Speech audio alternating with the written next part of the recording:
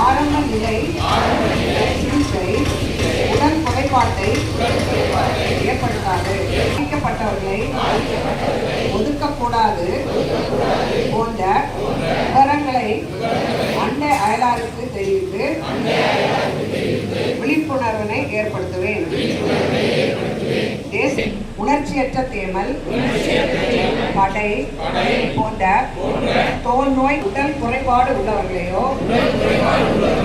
எனது குடும்பத்திலோ அல்லது வீட்டின் அருகிலோ இருந்தால் உடன் அவர்களை அருகிலுள்ள அரசு ஆரம்ப சுகாதார நிலையங்கள்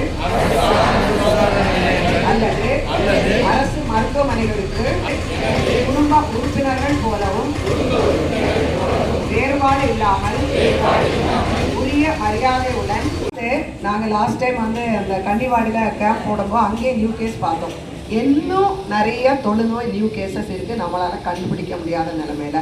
இந்த உறுதிமொழி எதுக்கு எடுத்துருக்கோன்னா, உங்களுக்கு தெரியும் தொழுநோய்ங்கிறது இது ஒரு சாபம் இல்லை, மைக்கோபாக்டீரியா லெப்ரேனால வரக்கூடியது.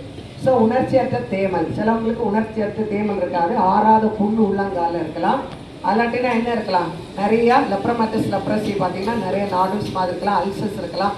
டுபர்குலோசிஸ் லெப்ரசியில் நரம்பு வந்து நர்வ்ஸ் வந்து நல்ல வீங்கி இருக்கலாம், அதில் வந்து அல்சர் இருக்கலாம், பல காரணம் இருக்கலாம்.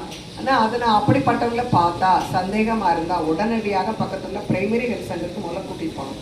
இல்லாட்டினா நம்மளுடைய டிபார்ட்மெண்ட் கூட்டிகிட்டு வரலாம். அவங்க தேவையான டெஸ்ட் எல்லாம் பண்ணி அதை வந்து கன்ஃபார்ம் பண்ணி நமது மாவட்டம் முழுவதும் தொழுநோய் சம்பந்தமான விழிப்புணர்வு நிகழ்ச்சிகள் நடத்தப்பட உள்ளன.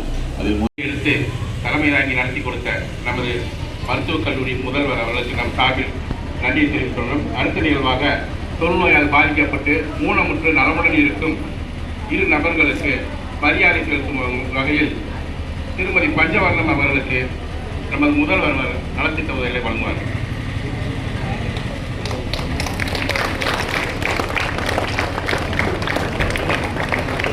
அடுத்ததாக இஸ்மாயில் அவர்களுக்கு நலத்திட்ட உதவி.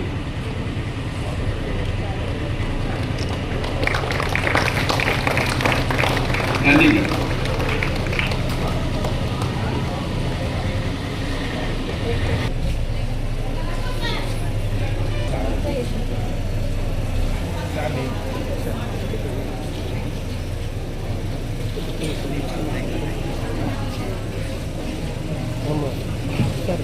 ஒரு பாக்டீரியா வந்து ஃபஸ்ட்டு ஸ்கின்ல தான் இதாகும். ஏன் வந்து தொழுநோய் இன்னும் நம்மளால் ஒழிக்க முடியலை? இப்போ புதுசாக வந்த போலியோ அது மாதிரி நோயெல்லாம் கூட ஈஸியாக ஒழிக்க முடியுது. பட் தொழுநோய் வந்து சின்ஸ் பைபிள் காலத்திலிருந்து இருக்குது, ஆனாலும் இன்னும் ஒழிக்க முடியல. அப்படின்னா முக்கியமான சேலஞ்சஸ் வந்து ரெண்டு. ஒன்று வந்து நமக்கு வந்து அதுக்குரிய வேக்சினேஷன் கிடையாது.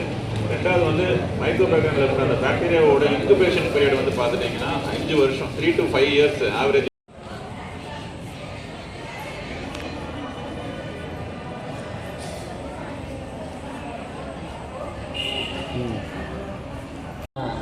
நம்ம டிபார்ட்மெண்ட் ஹெச்ஓடி அவர்களையும் மற்றும் ஏனைய மருத்துவ அலுவலர்களையும் இதில் கலந்து கொண்ட மாணவ செல்வங்களாகிய உங்களுக்கும் எங்களது தொழுநோய் துறையின் சார்பாக நன்றி கலந்த வணக்கத்தை தெரிவித்துக் கொள்கிறோம். நன்றி, வணக்கம். இப்போ எல்லாருக்கும் இந்த பிஸ்கட்டும் சாக்லேட் இருக்குது, அதை அப்படியே இந்த போகும்போது எடுத்துகிட்டே போயிருங்க. டெமோகள் இருக்குது